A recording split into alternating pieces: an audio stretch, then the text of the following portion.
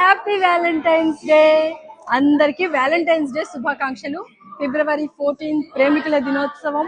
ఎక్కడ చూసినా ముఖ్యంగా యూత్ ఆనందోత్సాహాల మధ్య, కేరింతల మధ్య ఎంతో అట్టహాసంగా జరుపుకుంటారు కదా.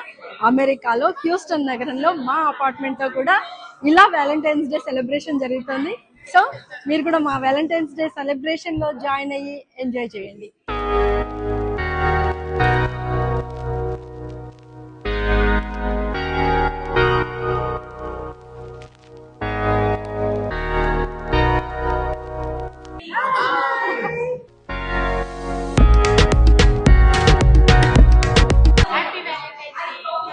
Happy Valentine's Day.